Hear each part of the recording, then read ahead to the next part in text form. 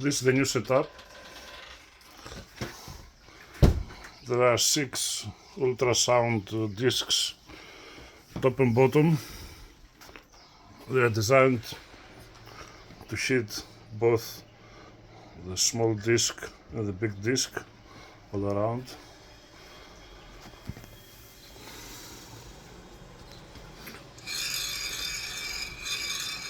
There is a reflector to measure the RPM, which is curious what's happening. I'll show you later when it's running. One good thing is that the bottom disc with magnets, which are N52 strong enough,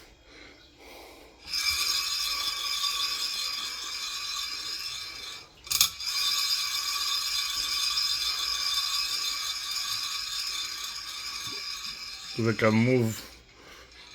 You see that magnet here, so they have effect.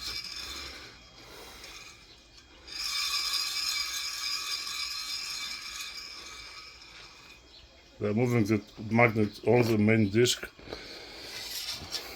This means that they can induce eddy currents in the main disc. So let's start it. This power supply from old computer is 12 volts.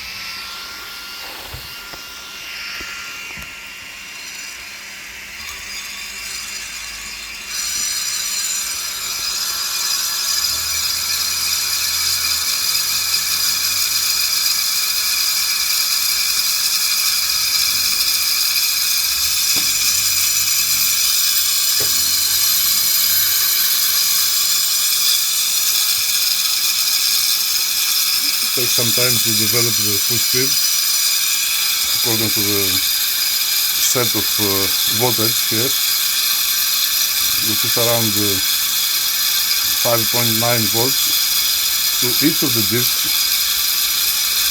But the interesting thing is that the bottom disc is expected, if we're talking only about mass and spinning, supposed to run slower than the top disc, which is lighter.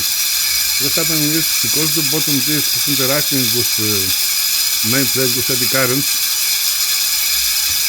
actually it locks and absorbs some energy through the eddy current. And the very curious thing is that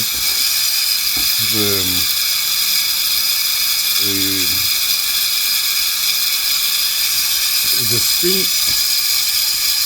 the RPM of the top disc is, let's say, 1000,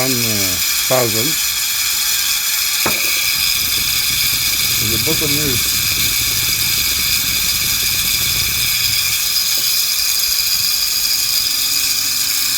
1700.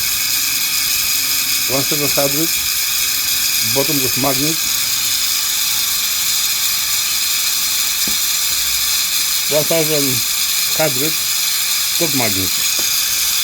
This is the odd thing. So what I understand is that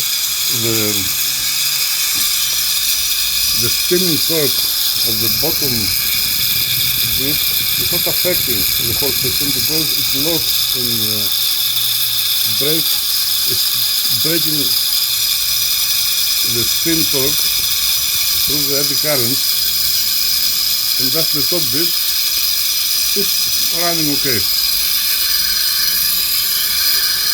The whole system is not self-reasoning, almost nothing. So it's a good setup, no vibration. You see, if you move the bottom disc, something like gyroscope, it keeps the balance. So that's it.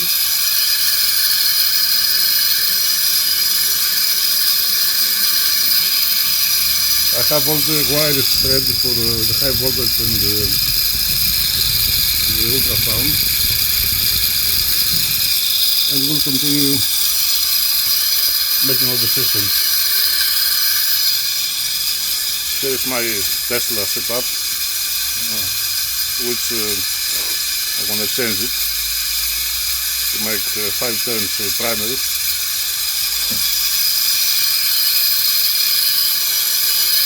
That's for now.